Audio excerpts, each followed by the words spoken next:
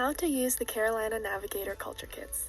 In this video, I'm going to be sharing a few tips and tricks for you to be able to get the most out of a culture kit. So let's get started. After reserving your culture kit on our website, you should receive a confirmation email with the culture kit due date and some resources. In this example, I'm reserving the Spain No. 2 culture kit. Be sure to mark the culture kit due date on your calendar so you don't forget.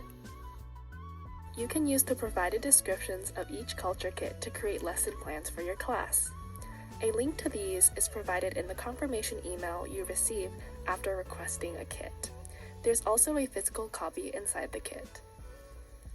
As you can see here in the Spain No. 2 culture kit description, there's a lot of information and ideas about lesson plans and how to engage your students.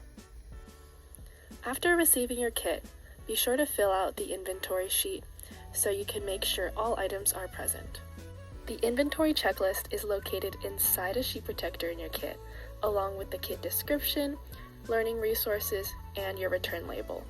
Finally, after using the kit with your class, take it to a FedEx drop-off location 2 to 3 days before your due date to make sure it gets back to us on time.